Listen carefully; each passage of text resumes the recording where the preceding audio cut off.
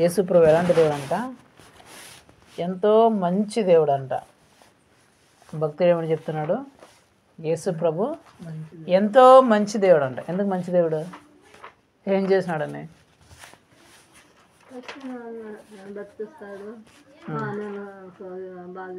చచ్చిపోయిన వాళ్ళని బతికిస్తాడు, కళ్ళు లేని వాళ్ళకి కళ్ళు ఇస్తాడు. ఇప్పుడు చచ్చిపోయిన వాళ్ళని బతికించింది నువ్వు చూసినావా? చూడలా. కళ్ళు లేని వాళ్ళకి కళ్ళు ఇచ్చింది నువ్వు చూసినావా? చూడలా. సినిమాల్లో చూసినావు కానీ నిజంగా చూడలా కదా. మరి ఎందుకు ఎంత మంచి దేవుడు నువ్వు ఎట్లా చెప్తావు? చనిపోయేదాన్ని బతికినావు, వెరీ గుడ్. ఇంకా అక్కడే ఆ భక్తుడే చెప్తున్నాడు ఎందుకంటే అంత మంచి దేవుడు యేసుప్రభు అంటే, ఆయన దగ్గరికి పోతే ఆయన ఉండే చింతలన్నీ తీర్చేసాడు అంట. ఏంది? ఏవైతే చింతలు బాధలు ఉన్నాయో ఆయన దగ్గర పోతే నా చింత బాధ అంతా నువ్వు తీసేసినావు వేసే, అందుకు నువ్వు మంచి దేవుడు. యేసుప్రభు చనిపోయిన వాళ్ళు బ్రతికించినాడు, కళ్ళు లేని కళ్ళు ఇచ్చినాడు, కాళ్ళు చేతులు లేని అన్నీ ఇచ్చినాడు, పక్షవాయులను బాగా చేసినాడు, కుష్ఠరోగులను బాగా చేసినాడు. కానీ మనం విన్నాం కానీ మనం చూడలా. కానీ మనం ఎలా చెప్పగలము ఎంత మంచి దేవుడు అని? ఎలా చెప్పగలం అంటే, నాకు చింత బాధ ఏదైతే ఉన్నిందో ఆ చింత బాధ నీ దగ్గరకు వచ్చి చెప్తే నువ్వు తీర్చినావయ్యా. మరి తీర్చినా లేదా మీ చింతలో బాధలో? అందుకు చెప్పాలా. ఎందుకంటే యేసు ప్రభు మంచి దేవుడు అంటే, నాకెంతో ఒకప్పుడు ఎంతో చింత నిందయ్యా, ఎంతో దిగులు నిందయ్యా, ఎంతో బాధ నిందయ్యా, ఎంతో కష్టం కన్నీరు నిందయ్యా, ఎన్నో అవసరాలు ఉన్నాయా, కానీ నీ దగ్గరకు రాగానే నా చింత అంతా తీర్చావయ్యా, నా కన్నీరంతా తుడిచావయ్యా, నా బాధ అంతా తొలగించావయ్యా. అందుకు నువ్వు మంచి దేవుడు యేసయ్యా. ఎవ్వరూ తీర్చిన నా బాధని, ఎవ్వరూ తీర్చిన నా చింతని నీవు తీర్చావేసయ్యా, అందుకు నువ్వు మంచి దేవుడు యేసయ్యా అని ఆ భక్తుడు చెప్తున్నాడు. మనం కూడా అలా చెప్పాలా, నా చింత అంతా తీర్చిన దేవుడు ఎంత మంచి దేవుడు యేసయ్యా అని మనం కూడా చెప్పాలా. హల్లెలూయా. వాక్యంలోకి వెళ్దామా? ఇంకో పాట పాడతారా? పాడదామా? పాడు. ఆకర్షించుము దేవా నన్నాదరింపగరావా, కాంక్షణీయుడనివేన దేవా కాపరిన యేసుదేవా, కాంక్షణీయుడనివేన దేవా కాపరిన యేసుదేవా. సాతాను శోధనలు నన్ను లాగుచున్నవి దేవా, కష్టాలు కన్నీరు నా గుండె నిండెను దేవా. సాతాను శోధనలు నన్ను లాగుచున్నవి దేవా, కష్టాలు కన్నీరు నా గుండె నిండెను ప్రభువా. లోకము నన్ను పిలచుచున్నది, శోక సముద్రం పొంగుచున్నది. లోకము నన్ను పిలచుచున్నది, శోక సముద్రం పొంగుచున్నది. ఆకర్షించుము దేవా నన్నాదరించగరావా, కాంక్షణీయుడనివేన దేవా కాపరిన యేసుదేవా, కాంక్షణీయుడనివేన దేవా కాపరిన యేసుదేవా. జీవజలాల ఊటలతో నా తోట తడుపుము దేవా, తీయని తేనెల మాటలతో నా నోరు నింపుము ప్రభువా. జీవజలాల ఊటలతో నా తోట తడుపుము దేవా, తీయని తేనెల మాటలతో నా నోరు నింపుము దేవా. సుమధుర సహవాసముతో సాగిద నిరతముని సేవలో, సుమధుర సహవాసముతో సాగిద నిరతముని సేవలో. ఆకర్షించుము దేవా నన్నాదరించగరావా, కాంక్షణీయుడనివేన దేవా కాపరిన యేసుదేవా, కాంక్షణీయుడనివేన దేవా కాపరిన యేసుదేవా. ఆకర్షించుము దేవా. హల్లెలూయా. వాక్యంలోకి వెళ్దాం. యేసు వార్తను ధ్యానిస్తున్నాం. యేసు వార్త మత్తయి సువార్తను ధ్యానిస్తున్నాం. హల్లెలూయా. మత్తయి సువార్తలో ఏ అధ్యాయానికి వచ్చినాం ఇప్పుడు? 7వ అధ్యాయం వరకు వచ్చినాం. ఎన్నో అధ్యాయం వరకు? పోయిన కుటుంబ ప్రార్థనలో దేని గురించి దేవుడు మనతో మాట్లాడి ఉన్నాడు?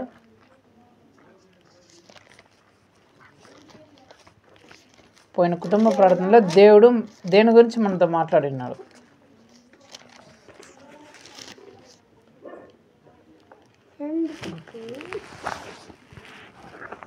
మీరు చాలా వాటిని కోరుకుంటున్నారు, ఆశిస్తున్నారు, కానీ అవి మీకు దొరకట్లేదు.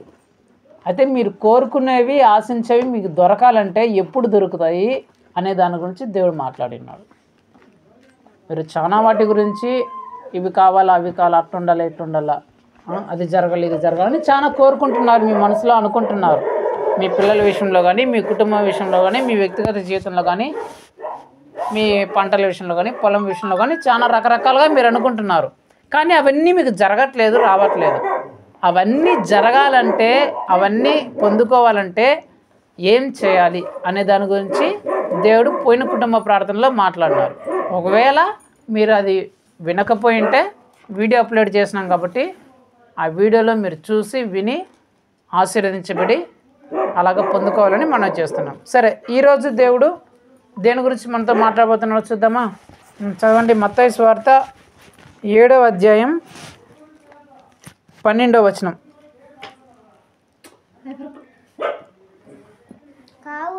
కావున మనుష్యులు మీకు చేయవలెనని మీరు కోరుకుందురో అలాగునే మీరును వారికి చేయుడి. హల్లెలూయా. ఇక్కడ దేవుడు ఏం చెప్తున్నాడంటే, మనుష్యులు మీకు ఏమి చేయవలనని మీరు కోరుదురో అలాగుననే మీరును వారికి చేయండి. సింపుల్గా చెప్పాలంటే, మనుషులు మీకు ఏం చేయాలనుకుంటున్నారో మీరు కూడా అలాగే చేయండి అని దేవుడు మాట్లాడుతున్నాడు. మనము రకరకాల వ్యక్తులను చూసినప్పుడు, మన ఇరుగు పొరుగు వారినో, లేకపోతే మన బంధువుల్లో, మన కుటుంబ సభ్యులను, మన స్నేహితులను, మన చుట్టుపక్కల ఉండే వాళ్ళను చూసినప్పుడు, అరే మాకు ఇట్లా వాళ్ళు చేయాలి కదా, వాళ్ళు మేము ఇట్లా చేయాలనుకుంటున్నాం, వాళ్ళు ఇట్లా మాకు చేసింటే బాగుండు, ఇట్లా మాకు జరిగించింటే బాగుండు, ఇలా మా కోసం చేసింటే బాగుండు, ఇప్పుడు ఆ సమయంలో అట్లా వాళ్ళు చేసింటే బాగుండు మా కోసం, ఈ సమయంలో ఎట్లా చేసింటే బాగుండు మా కోసం అని మనం రకరకాలుగా అనుకుంటూ ఉంటాం. అయితే వాళ్ళు ఆ సమయంలో అలా మనకు చేసిండకపోవచ్చు. మనం ఏ విధంగా అయితే అనుకున్నామో అది వాళ్ళు మనకు చేసిండకపోవచ్చు. మనం వాళ్ళ నుంచి ఏదైతే ఎక్స్పెక్ట్ చేసినామో అది వాళ్ళు చేయకుండా పోయిండొచ్చు.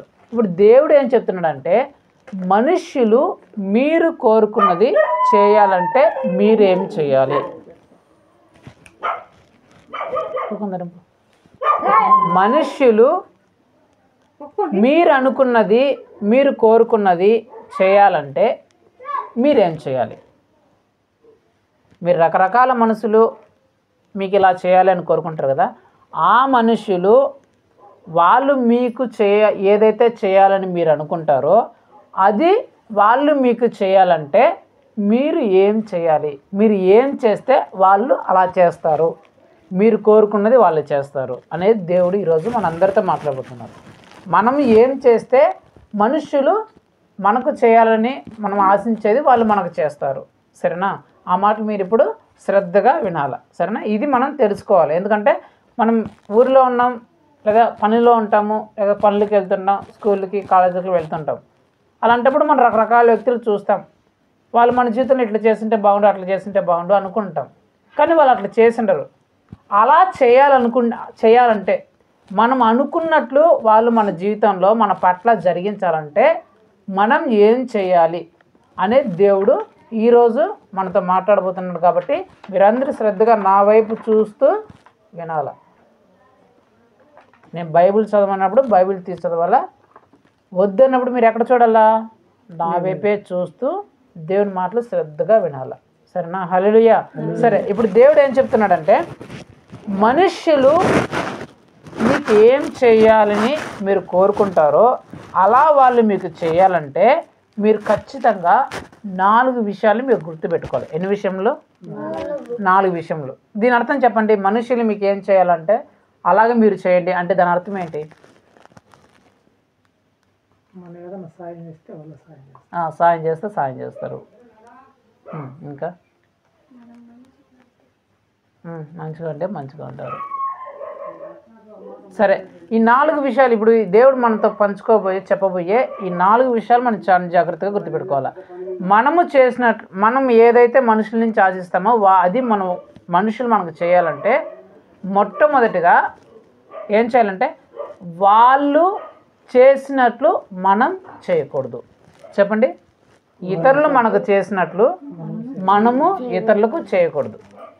ఎగ్జాంపుల్ చెప్పాలంటే, ఇతరులు ఏదైనా బాధ పెట్టే పనులు మనకు చేసినారనుకుందాం.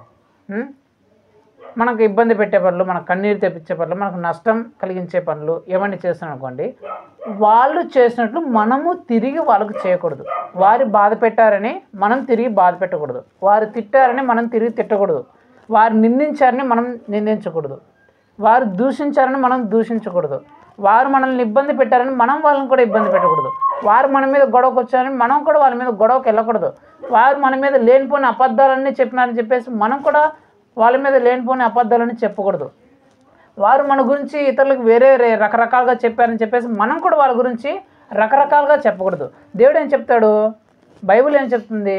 మీరు కంటుకు కన్ను పంటికి పన్ను అనే మాట విన్నారు కదా. అంటే లోకస్తులు ఎలాగ ఉంటారంటే, వాడు కొడితే మనం కూడా వాళ్ళని కొట్టాలా, వాడు తిడితే మనం కూడా తిట్టాలా, వాడు గొడవకు వస్తే మనం కూడా గొడవ పోవాలా, వాడు మన మీద 2 చెప్తే మనం 4 చెప్పాలా, వాడు మన గురించి 10 మంది చెప్తే మనం 20 మందికి చెప్పాలా. ఇట్లా ఉంటుందా లేదా లోకంలో? సాధారణంగా లోకంలో ఇట్లా ఉంటుంది కదా. లోకంలో ఎట్లుంటుంది? వాడు గొడవకు వచ్చినాడా, వాడు 1 దెబ్బ కొడితే మనం 4 దెబ్బలు వేకల్లా. వాడు 1 తిట్టి తిడితే మనం 4 తిట్టాలా. వాడు మన గురించి చెడ్డగా 1 మాట చెప్తే మనం ఏం చెప్పాలా? 10 మాటలు చెప్పాలా. ఉన్ని లేని కలిపేసి మిక్స్ చేసి చెప్పేయాలా. అది నిజమా అబద్ధం పక్కన పెడితే మనం చెప్పేయాలా. ఎందుకంటే మనం ఏం చెప్పినాడు, చెప్పినాడు కదా. మనకు ఎంత వచ్చేసిండే కుట్రలు పగలు. మనకు నష్టం చేస్తే వాడు 10 ఇంతలు నష్టం చేయాలా. మనం బాధ పెడితే వాడు 10 రెట్లు బాధపడేలాగా మనం చెయ్యాలి అనే ఉద్దేశం ఎవరికి ఉంటుంది? లోకస్తుడికి ఉంటుంది, అన్యులకు ఉంటుందండి. ఇది ఖచ్చితంగా యేసుక్రీస్తుని నమ్మని వాళ్ళకి, కొందరు యేసుక్రీస్తుని నమ్మినా చెప్పుకునే వాళ్ళు కూడా ఈ రకమైన లక్షణాలు ఉంటాయి. వాళ్ళు ఏం చేస్తే మనం కూడా అట్లే చేయాలా. వాళ్ళు మనకు సహాయం చేయలేదా, మనం కూడా సహాయం చేయొద్దు. వాళ్ళు మనం కాపాడలేదా, మనం కూడా కాపాడద్దు. వాళ్ళు మనం ఏం జాబు చూపించడం, మనం కూడా జాబులు చూపించద్దు. వాళ్ళు మనల్ని ఆదుకోలేదా, మనం కూడా ఆదుకోవద్దు. వాళ్ళు మనం గొడవకు వచ్చినా మనం కూడా గొడవపోతాం. వాళ్ళు మనం తిట్టినారా, మనం కూడా తిట్టుదాం. వాళ్ళు మనం నిందించారా, మనం కూడా నిందిద్దాం. వాళ్ళు మన పిల్లలు సరిగ్గా చూసుకోలేదు, మనం కూడా పిల్లలు సరిగ్గా చూసుకోవద్దు. వాళ్ళు అట్లా అన్నారా, మనం కూడా అట్లా అందాం అనే పోకడలో ఎవరుంటారు? అన్యులు ఉంటారంట. అంటే యేసుప్రభు మనకేం చెప్తున్నాడంటే, మీరు యేసుక్రీస్తు బిడ్డలుగా నమ్ముకున్న వాళ్ళు పంటికి పన్ను కంటికి కన్ను అనే ధోరణి మీకు ఉండకూడదు. అంటే వాళ్ళు చేసినట్లే మేము కూడా చేస్తాం అనే ధోరణి మీకు ఉండకూడదు. సరేనా? దేవుడు ఏం చెప్తాడంటే, కంటికి కన్ను పంటికి పన్ను, వాళ్ళు చేసినట్లే మేము చేస్తాము, వాళ్ళు చేసిందే మేము చేస్తాము అనే ధోరణి మీకు ఉండకూడదు. మొట్టమొదటిగా మనుష్యులు మీకు ఏమి చేయాలని మీరు ఆశిస్తారో అలా వాళ్ళు మీకు చేయాలంటే మీ జీవితంలో వాళ్ళు చేసినట్లు మీరు చేయాలనే ధోరణి మీకు ఉండకూడదు. సరేనా? అది గుర్తుపెట్టుకోవాలి మొదటిది. రెండోది ఏంటంటే, వాళ్ళు మీకు ఏం చేయాలని మీరు కోరుకుంటారో ఫస్ట్ మీరు అది వాళ్ళకి చేయాలి. అర్థమైందా? రెండోది ఏంటంటే, వాళ్ళు మీకు ఏం చేయాలని మీరు కోరుకుంటూ ఉంటారో ఆశిస్తూ ఉంటారో ఫస్ట్ మీరు అది వాళ్ళకి చేసేయాలి. అర్థమైందా? ఫస్ట్ దానికి రెండో దానికి తేడా ఏంటంటే, ఫస్ట్ ఏంటి? వాళ్ళు ఏం చేస్తే మనం అలా చేయాలి అనేది ధోరణి మనకు ఉండకూడదు. రెండోది ఏంటంటే, వాళ్ళు మనకి ఏమైతే చేయాలని మనం కోరుకుంటామో అలాగా మనం వాళ్ళకి మొదట మనం చేయాలి. అంటే ఎగ్జాంపుల్ ఎట్లా చెప్పాలంటే, సపోజ్ ఎవరైనా మనకు సహాయం చేయాలా, ఇల్లు మాకు ఇట్లా సహాయం అవసరమైనప్పుడు సహాయం చేయాలా అని మనం అనుకున్నాం అనుకో, ఫస్ట్ మనం ఏం చేయాలా? ఫస్ట్ మనం సహాయం చేయాలి వాళ్ళకి. మనం సహాయం చేయాలి. మనం సహాయం కావాలని ఎదుటి వ్యక్తి నుంచి మనం సహాయం ఆశించే ముందు ఫస్ట్ మనం సహాయం చేయాలి. ఎదుటి వ్యక్తి ముందు ఏదైనా లాభం కలిగించే విషయాన్ని మనం ఆశించే ముందు మనం వాళ్ళకి లాభం వచ్చే పనులు చేయాలి. ఎదుటి వ్యక్తి మనల్ని సంతోష పెట్టాలి అనుకునే ముందు మనం వారిని సంతోష పెట్టాలి. ఎదుటి వ్యక్తి మనల్ని ఆదుకోవాలి అని మన ఉద్దేశం ఉంటే మనం ఫస్ట్ వాళ్ళని ఆదుకునే వాళ్ళుగా ఉండాలి. దేవుడి వాక్యం కూడా అదే చెప్తుంది. ఏమని? మీరు క్షమించబడాలంటే ముందు మీరు క్షమించండి. మత్తయి సువార్తలో ఉంటుందా లేదా ఆ మాట? చూడండి, కాదు నేను చదివిస్తాను చూడండి. 6వ అధ్యాయంలో ఉంటుంది. చూడండి, నేను చదువుతాను, మీరుండి. 6:15 ఏమని ఉంటుందంటే, మీరు మనుషుల అపరాధములను మీరు క్షమించిన ఎడల మీ పరలోకపు తండ్రియు మీ అపరాధములను క్షమించును. మీరు మనుషుల అపరాధములను క్షమింపపోయిన ఎడల మీ తండ్రి మీ అపరాధములను క్షమించడు. యేసుప్రభు ఏం చెప్తున్నానండి? మీ అపరాధములు క్షమించబడాలి అంటే, మీ తప్పులు క్షమించబడాలంటే ఫస్ట్ మీరు క్షమించాలంట. అంటే ఫస్ట్ వాళ్ళ నుంచి మనం ఏదైనా ఆశిస్తున్నాము, ఏదైనా కోరుతున్నామంటే ఫస్ట్ మనం వాళ్ళకి అది చెయ్యాల. సరేనా? ఇప్పుడు మనం ఎదుటి వ్యక్తి నుంచి ఏం ఆశిస్తాం? వాళ్ళు మనం కొట్టాలని ఆశిస్తామా? మనం తిట్టాలని ఆశిస్తామా? మన మీద గొడవ రావాలని ఆశిస్తామా? మనల్ని ఇబ్బంది పెట్టాలని ఆశిస్తామా? మనం నష్టపెట్టాలని అనుకుంటామా? మన పిల్లల్ని బాధ పెట్టాలని అనుకుంటామా? మన పిల్లల్ని చెడు చేయాలని అనుకుంటామా? ఏమనుకుంటాం? మనకు సహాయం చేయాలా, మనల్ని ఆదుకోవాలా, మనకు సంతోషాన్ని ఇవ్వాలా, మనకు లాభాన్ని ఇవ్వాలా, మన పిల్లల్ని బాగా చూసుకోవాలా, మన పిల్లలకు కావాల్సిన వాటికి ఇవ్వాలని ఆశిస్తాం కదా. ఏదైనా మనం మేలుని ఆశిస్తాం ఎదుటి వ్యక్తి నుంచి. ఆ మేలును మనం ఆశించే ముందు ఫస్ట్ మనం ఏం చేయాలా? మనం అలా చేయాలి. మనం ఏదైతే ఆశిస్తున్నామో ముందు మనం చేసేవారిగా ఉండాలి. వాళ్ళకి ముందు మనం చేసి ఆ తర్వాత ఆశించాలి. అంతేగాని మనం ఏమి వాళ్ళకి చేయకుండా వాళ్ళు మనకి ఇట్ట చేయాలా, మనకు అట్ట చేయాలా అని నువ్వు ఆశించకూడదు. అలా ఆశించినా నీకు దొరకదంట. యేసుప్రభు అదే చెప్తున్నాడు. నువ్వు క్షమించవాలంటే ఫస్ట్ నువ్వు క్షమించు, అప్పుడే నేను క్షమిస్తా. నీకు క్షమాపణ కావాలంటే ఫస్ట్ నువ్వు క్షమించడం నేర్చుకోవాలి. ఇంకా చాలా బైబిల్లో చాలా ఉంటాయి. ఏమైనా ఉంటాయంటే, నీళ్ళు పోయేవానికి నీళ్ళు పోయబడతాయంట. అంటే ఎవడైతే నీళ్ళు పోస్తాడో వాడికే నీళ్ళు పోయబడతాయి.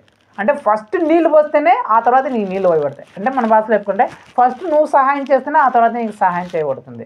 ఇంకో విషయం ఎక్కడ ఉంటుందంటే, మీరు కనికరిస్తేనే మీరు కనికరింపబడతారు.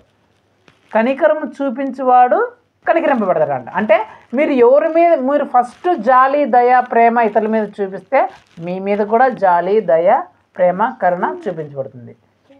మీరు ఏ కొలతతో కొలుస్తారో ఆ కొలతని మీకు కొలవబడుతుందని యేసుప్రభు చెప్తాడు. మీరు క్షమిస్తే క్షమించబడతారు. మీరు నీళ్లు పోస్తే మీకు నీళ్లు పోయబడతాయి. మీరు ఇస్తే మీకు ఇవ్వబడుతుంది. మీరు కనికరం చూపిస్తే మీరు కనికరం చూపించబడతారు. అంటే అవన్నీ మనం పొందుకోవాలంటే ఫస్ట్ మనం ఏం చేయాలా? మనం వాటిని చేయాలి. అర్థమైందా? అవన్నీ మనం పొందుకోవాలంటే మొట్టమొదటిగా మనం చేసేవారిగా ఉండాలా. అర్థమైందా? అది దాని అర్థం. అంటే ఇతరులు మనకి ఏదైతే చేయాలని మనం ఆశిస్తామో, కోరుకుంటామో ఫస్ట్ మనమే వాళ్ళకి చేయాలి. ఇది గుర్తుపెట్టుకోండి. ఎప్పుడు మనం ఏదైనా వాళ్ళ జీవితంలో నుంచి మనం ఆశించేటప్పుడు నేను వాళ్ళకి అది చేసినానా లేదా అని మనం మొట్టమొదట మనం ప్రశ్నించుకోవాలి. ఇతరులు మన జీవితంలో సహాయం చేసేటప్పుడు నేను వారికి సహాయం చేసినానా లేదా అని ప్రశ్నించుకోవాలి. ఇతరులు మనల్ని ప్రేమగా చూడాలనుకున్నప్పుడు మనం ప్రేమగా చూసినామా లేదా? ఇతరులు మనం ఆదుకోవాలని మనం కోరుకున్నప్పుడు మనం ఆదుకున్నామా లేదా? ఇతరులు మన మీద జాలి చూపించాలనుకున్నప్పుడు మనం జాలి చూపించినామా లేదా? వాళ్ళ కష్ట సమయంలో మనం ఆదుకున్నామా లేదా? వాళ్ళ ఇబ్బంది పరిస్థితుల్లో మనం సహాయం చేసినామా లేదా? వారు బాగలేని పరిస్థితుల్లో మన జాలిని, దయను చూపించడం లేదా? వారు అందరూ తిడుతున్నా, దూషిస్తున్న పరిస్థితుల్లో మనం పోయి వారికి సహాయంగా నిలబడినామా? వారికి ధైర్యం చెప్పినామా లేదా? ఇవన్నీ మనకు ఉండాలా. మన పిల్లల్ని బాగా చూసుకున్నారా లేదా అన్నప్పుడు మనం వాళ్ళ పిల్లల్ని బాగా చూసుకున్నామా లేదా అనే విషయాలు ఫస్ట్ మనం అలవర్చుకోవాలి. మొట్టమొదటిగా వాళ్ళు చేసినట్లే నేను చేస్తాను అనే ధోరణి మనకు ఉండకూడదు. గుర్తుపెట్టుకోండి.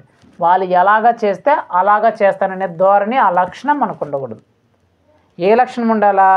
వాళ్ళ నుంచి మనం ఏదైతే చేయాలని కోరుకుంటామో అది మొదటగానే మనం వారికి చేసే లక్షణం ఉండాలి.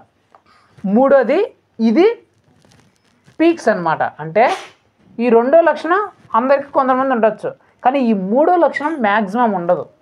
చాలామందికి ఈ మూడో లక్షణం ఉండదు. కానీ దేవుడిని నమ్ముకున్న బిడ్డలకి ఈ లక్షణం ఉంటేనే వాళ్ళే గొప్ప స్థాయికి పోతారు. ఏ లక్షణం అంటే మూడో లక్షణం. ఇప్పుడు దేవుడు ఏదైతే చెప్పబోతున్నాడో ఆ మూడో లక్షణం ఎవరికైతే ఉంటుందో వాళ్ళు మాత్రమే గొప్పగా ఆశీర్వదించబడతారు, ఉన్నతమైన స్థాయిలో ఉంటారు. మొదటిది అంటే వాళ్ళు చేస్తుంటే నేను చేస్తుంటే నీకు గొడవలు వస్తాయి. ఖచ్చితంగా గొడవలు, ఇబ్బందులు, నష్టాలు, కష్టాలు వస్తాయి. రెండోది వాళ్ళ నుంచి ఆశించేది ముందు మనం చేసినాం అనుకో, ఒక్కోసారి వాళ్ళు అట్లే చేయకపోవచ్చు. మనం చేసినట్లు, మనం వాళ్ళని ఆదుకున్నట్లు, మనం కాపాడినట్లు, మనకు అవసరమైన సమయంలో వాళ్ళు ఆదుకోకపోవచ్చు. చాలా మంది చెప్తుంటారు, అయ్యో మేము వాళ్ళకి అట్లా ఉన్నప్పుడు అట్లా చేసినాము, ఇంక ఎట్లా చేసినాము, కానీ మాకు కష్టం వచ్చినప్పుడు మమ్మల్ని ఆదుకోలేదు, మాకు సహాయం చేయలేదు అనే ఉంటుంది కదా. అంటే అలా మనం ఆదుకున్న సమయాల్లో కూడా ఒక్కోసారి వాళ్ళు మనం ఆదుకోకపోవచ్చు. కానీ 3వ లక్షణం ఎవరి జీవితంలో అయితే ఉంటుందో, ఈ 3, 4 లక్షణాలు ఎవరి జీవితంలో ఉంటాయో ఖచ్చితంగా వాళ్ళ జీవితంలో ఏది మనుషుల నుంచి ఆశిస్తామో అది దొరుకుతుంది. ఇప్పుడు దేవుడు ఏదైతే 3వ లక్షణాన్ని చెప్పబోతున్నాడో ఆ లక్షణం ఎవరి జీవితంలో అయితే ఉంటుందో అది ఉన్న వాళ్ళకి మనుషులు మనం ఏమైతే చేయాలనుకుంటో ఖచ్చితంగా చేసి తీరుతారు, అంతే. వెనకపోయే ప్రసక్తే ఉండదు. ఆ 3వ లక్షణం 4వ లక్షణం మీరు చాలా జాగ్రత్తగా ఇది మీరు నేర్చుకోవాలి. వాళ్ళ 2వ లక్షణం మీలో ఉన్నా లేకపోయినా 3వ లక్షణంలోకి ఎవరైతే వస్తారో వాళ్ళు ద బెస్ట్, ద గ్రేట్, ఇంకా వాళ్ళకంటే మించిన స్థాయి ఎవరికి ఉండదు అన్నమాట. సరేనా? 2వ లక్షణం నేర్చుకున్న తర్వాత దేంట్లోకి రావాలా? 2వ లక్షణం నేర్చుకున్నానులే అని సైలెంట్ ఉండదు. 3వ లక్షణంలోకి రావాలా.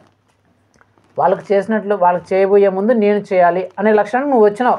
వాళ్ళ దగ్గర నుంచి మన సహాయం ఆశించే ముందు నేనే సహాయం చేస్తాననే లక్షణం నీకు వచ్చింది, అలాంటి బుద్ధి నీకు వచ్చింది. అయితే దీని తర్వాత నువ్వు అక్కడికే ఆగిపోకూడదు, 3వ లక్షణంలోనికి రావాలా. 3వ లక్షణంలోనికి నువ్వు రావాలా. ఆ 3వ లక్షణం ఏంటనేది ఇప్పుడు దేవుడు చెప్పబోతున్నాడు. చాలా చాలా జాగ్రత్తగా అండి. మరి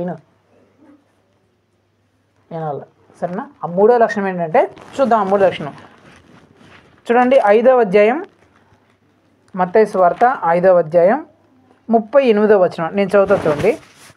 కంటికి కన్ను పంటికి పన్ను అని చెప్పబడిన మాట మీరు విన్నారు కదా, నేను మీతో చెప్పున్నదేమనగా నిన్ను కుడి చెంప మీద కొట్టివాని వైపుకు ఎడమ చెంప కూడా త్రిప్పుము. ఈ లక్షణం మనకు ఉండాలి. తర్వాత కిందకు చదివితే 43లో చదివితే, నీ పొరుగు వారిని ప్రేమించి నీ శత్రువుని ద్వేషించమని చెప్పబడిన మాట మీరు విన్నారు కదా, నేను మీతో చెప్పినదేమనగా మీరు మీ పరలోకపు తండ్రికి కుమారుడై ఉండినట్లు మీ శత్రువుల్ని ప్రేమించుడి, మిమ్మల్ని హింసించు వారి కొరకు ప్రార్థన చేయడి.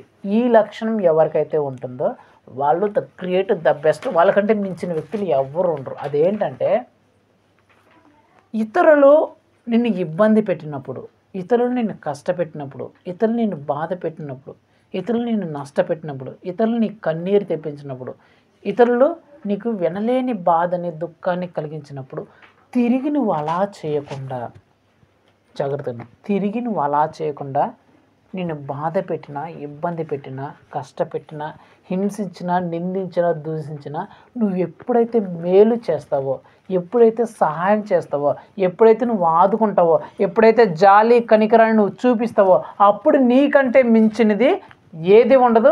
నీకు సహాయం చేయనివాడు కానీ, నీ మీద జాలి చూపించిన వాడు కానీ, నీ మీద కనికరం చూపించిన వాడు కానీ, నిన్ను ఆదుకొని వాడు కానీ, నీ గురించి మంచిగా చెప్పినవాడు కానీ, నీకు మేలు చేయడం కానీ ఈ ప్రపంచంలోనే ఎవడం కూడా.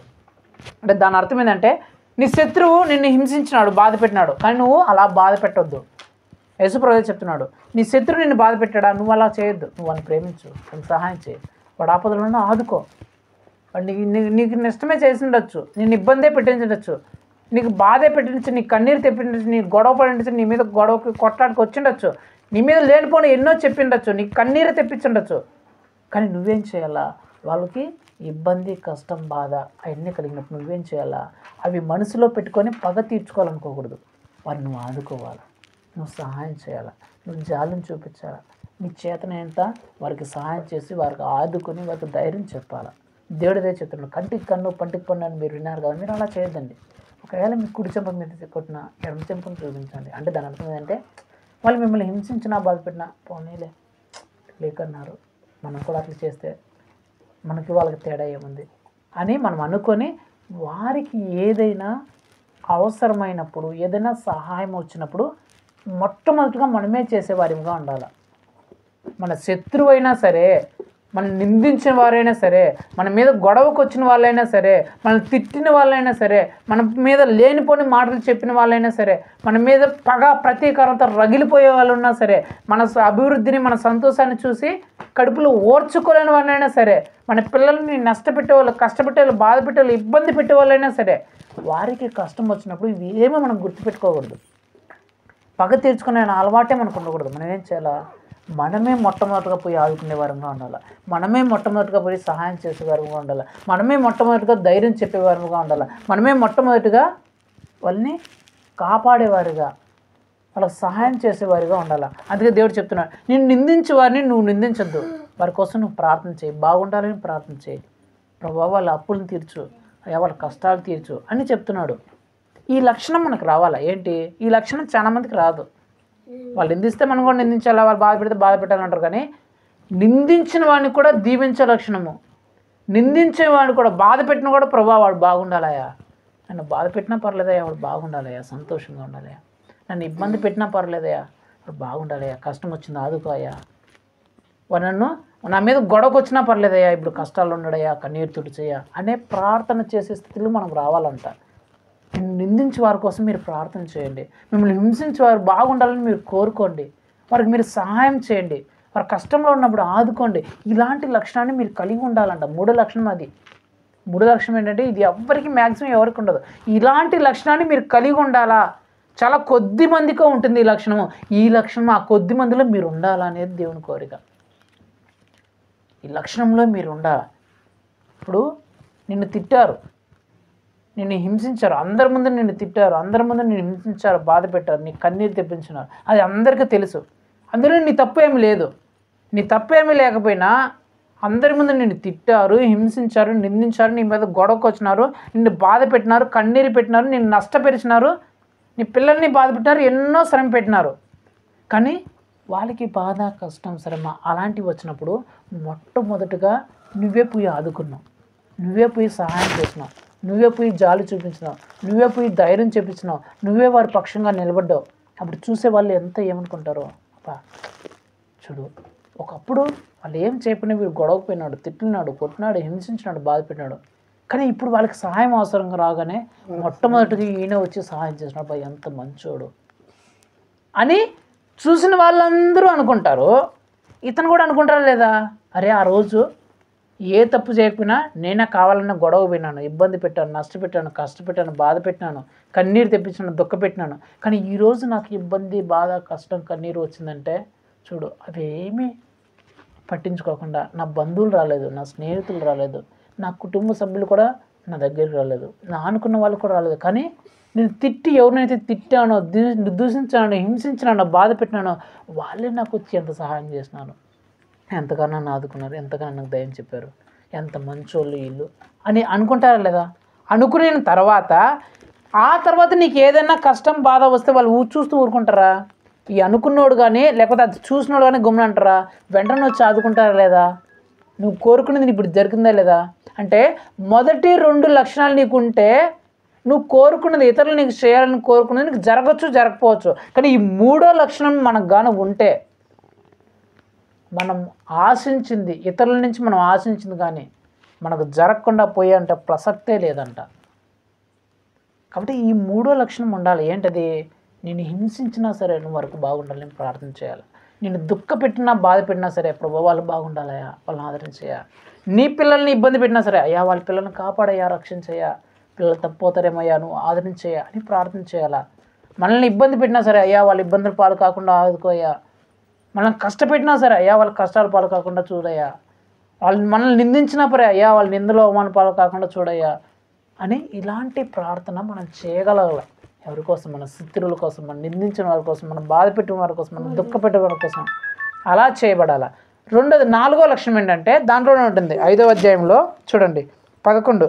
నా నిమిత్తము జనులు మిమ్మల్ని నిందించి, హింసించి, మీ మీద అబద్ధముగా చెడ్డ మాటలల్లా చెప్పినప్పుడు మీరు ధన్యులు, సంతోషించి ఆనందించుడి, పరలోకమందు మీ ఫలము అధికమవుతుంది.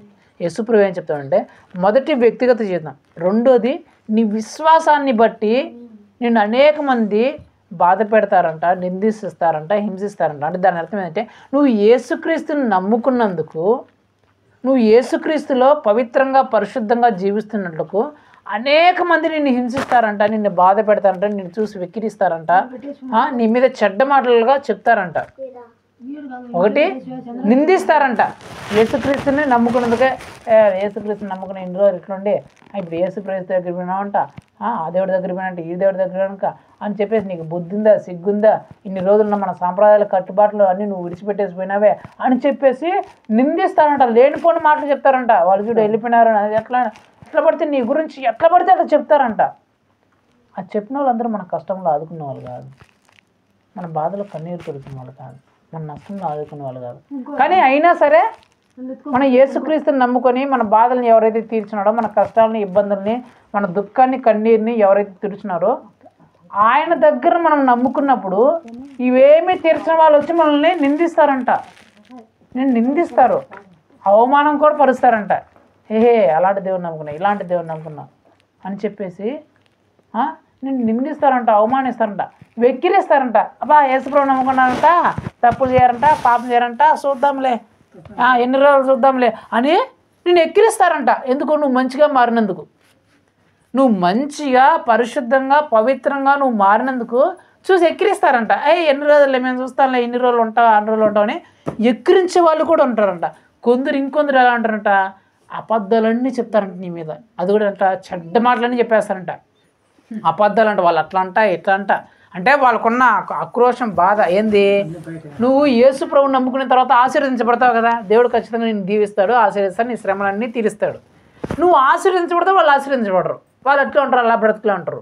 ఇప్పుడు నువ్వు నీ కళ్ళ ముందే నీ స్థాయిలో ఉన్నవాళ్ళు యేసు ప్రభువుని నమ్ముకున్న తర్వాత వాళ్ళకంటే నువ్వు అభివృద్ధి చెందిపోతున్నావు, వాళ్ళు మాత్రం అట్లే ఉన్నారు. వాళ్ళకి అసూయ వస్తుందా లేదా, వాళ్ళ కడుపులో మంట వస్తుందా లేదా, అప్పుడు ఏం చేస్తారు, గమనం అంటారా, లేనిపోని మాటలన్నీ చెప్తారా చెప్పరా?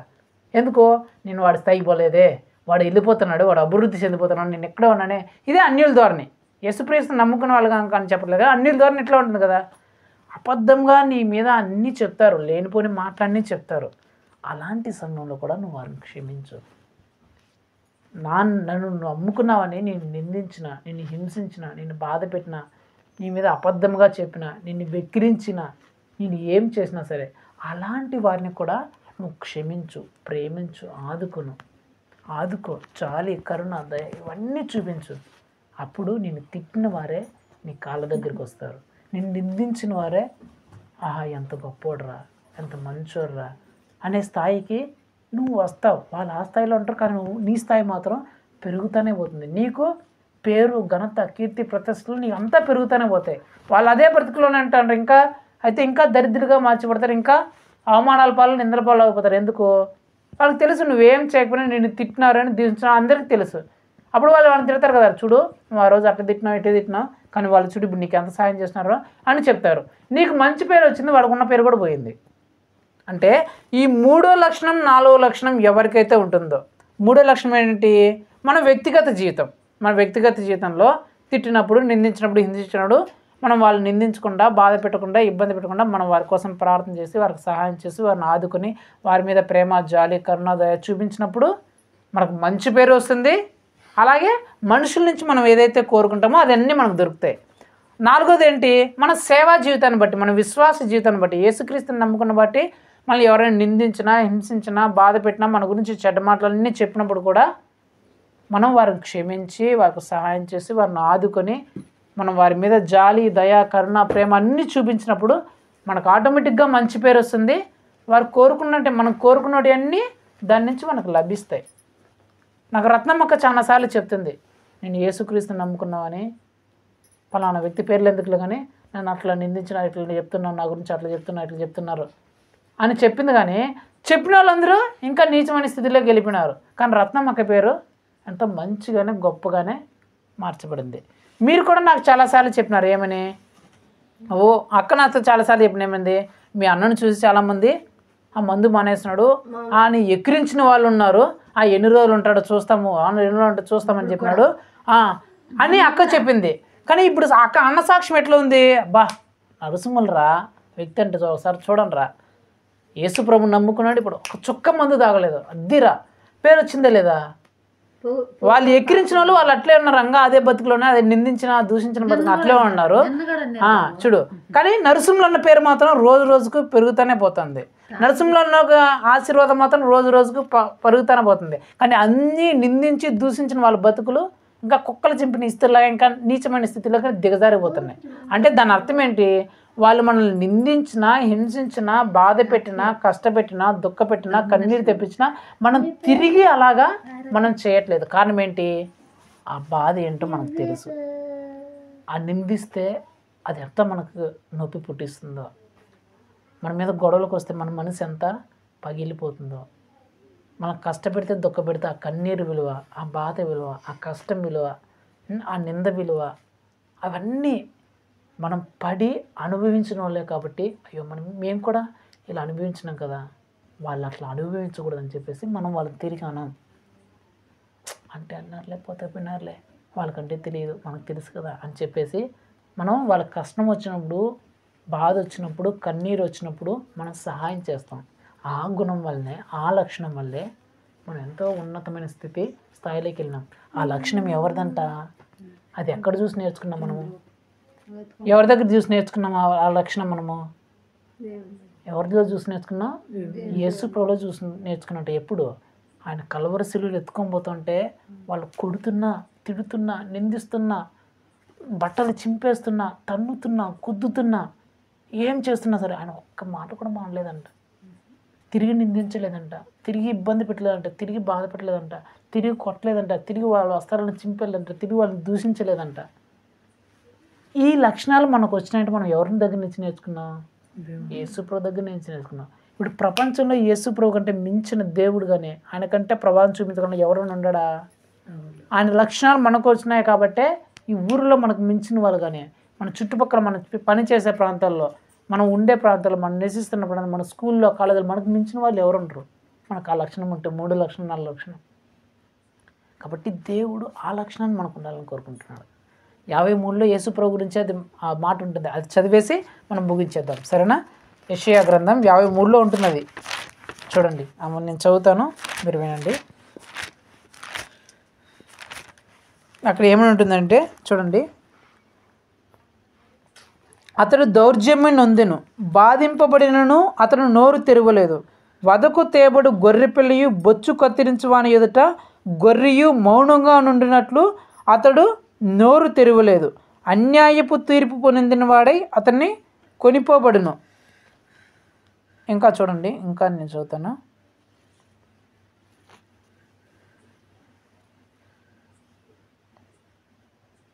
ఇంకా అక్కడ ఏమైనా ఉంటుందంటే, ఆయన నిందించబడి ఎదురు పలకలేదంట, బాధింపబడి ఎదురు బాధింపలేదంట, కొట్టబడి ఎదురు కొట్టలేదంట, వస్త్రంను చింపేపడి ఆయన ఎదురు చింపేయలేదంట, అలాగా చంపబడి ఆయన ఎవరిని చంపలేదంట. అంటే ఈ లక్షణాలు మనకుంటేనే, ఈ లక్షణాలు మనం పొందుకుంటేనే, అంటే మనల్ని హింసించిన, నిందించిన, బాధించిన, దుఃఖపెట్టిన, కష్టపెట్టిన, కన్నీరు తెప్పించిన, మన పిల్లలను బాగా చూసుకోకపోయినా మనం మాత్రం ఎప్పుడు సహాయం చేసే గుణమే, ఆదుకునే గుణమే, జాలి, కరుణ, దయ, ఈ గుణాలు ఎప్పుడైతే మనం చూపిస్తామో అప్పుడే మనుష్యులు మనకి ఏమైతే చేయాలని మనం కోరుకుంటామో చచ్చినట్టు వాళ్ళు చేస్తారంట. చేయననే ప్రసక్తే వాళ్ళ జీవితంలో అంట. విన్నారా? ఆ లక్షణాలు 3వ లక్షణం 4వ లక్షణం మన జీవితంలోకి ఎప్పుడైతే వస్తుందో అప్పుడు ఆ వచ్చిన తర్వాత వీళ్ళు వాళ్ళు మాకు ఇలా చేయాలా, అలా చేయాలా అని మనం ఏదైతే ఇతరుల నుంచి ఆశిస్తామో సచ్చినట్టు వాళ్ళు చేస్తారంట. చేయకుండా ఉండే ప్రసక్తే లేదంట. అందుకే దేవుడు చెప్తున్నాడు, మనుషులు మీకు ఏమైతే చేయాలని మీరు కోరుకుంటారో అలా వాళ్ళు మీకు చేయాలంటే ఇది చేయండి. ఈ 4 మన జీవితంలో ఉండాలి. ఏంటి? మొట్టమొదటిగా వాళ్ళు చేసినట్టే మనం చేయకూడదు. రెండోదిగా వాళ్ళు మనకి ఏమైతే చేయాలని మనం ఆశిస్తామో ఫస్ట్ మనమే వాళ్ళకి చేయాలి. మూడోదిగా వాళ్ళు మనకు చేసినట్టు కాకుండా వాళ్ళు నిందించినా, దూషించినా మనం మాత్రం వాళ్ళు మంచి మేలు చేయాలా, వాళ్ళకి సహాయం చేయాలా, ఆదుకోవాలి. మన వ్యక్తిగత జీవితాన్ని బట్టి, మన విశ్వాస జీవితాన్ని బట్టి ఎవరైనా సరే మనం నిందించినా, బాధ పెట్టినా, ఇబ్బంది పెట్టినా, దూషించినా, కష్టపెట్టినా కూడా మనం కూడా అలా చేయకుండా మనం ఎప్పుడు మేలును మంచిని వాళ్ళకి సహాయాన్ని ఇదే చేయాలి. ఇలా ఎప్పుడైతే చేస్తామో అప్పుడు మనం ఏదైతే మనుషులు మనకు చేయాలని మనం ఆశిస్తామో ఖచ్చితంగా అది మనకు దక్కుతుంది. వాళ్ళు మనకు సచ్చినట్టు చేస్తారు. మరి ఈ లక్షణాలు మనం కలిగి ఉందామా? ఈ లక్షణాలు కలిగి ఉండి మనం ఏదైతే మనుషుల నుంచి వాళ్ళు మనం చేయాలని కోరుకుంటారో అవి ఖచ్చితంగా వాళ్ళు చచ్చినట్టు చేసేలాగా మన ప్రవర్తన ఉండాలని, అలాగా మనం ఉండాలని దేవుని సన్నిధిలో ప్రార్థన చేసుకుందాం. కళ్ళు మూసుకొని ప్రార్థన చేసుకుందాం.